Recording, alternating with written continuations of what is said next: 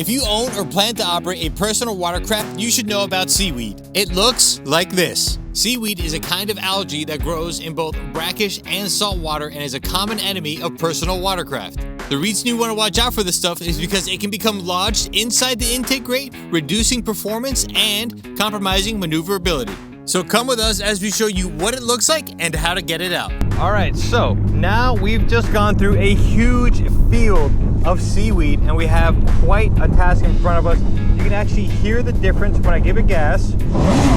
It sounds like it's just kind of almost like slipping, like it's like a Corvette in the sand. You're giving it gas, but it's not going anywhere.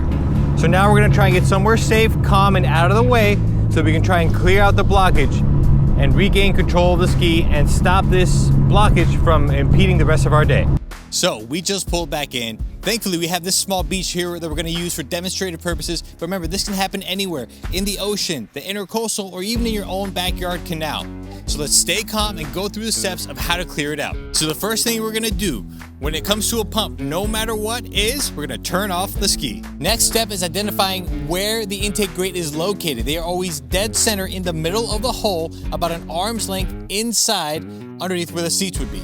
The next step is actually clearing out the clog, and you have two ways of accomplishing that. You can either do it by hand or with the assistance of a tool like a Keiko cutter, which we're gonna show you now in the clip.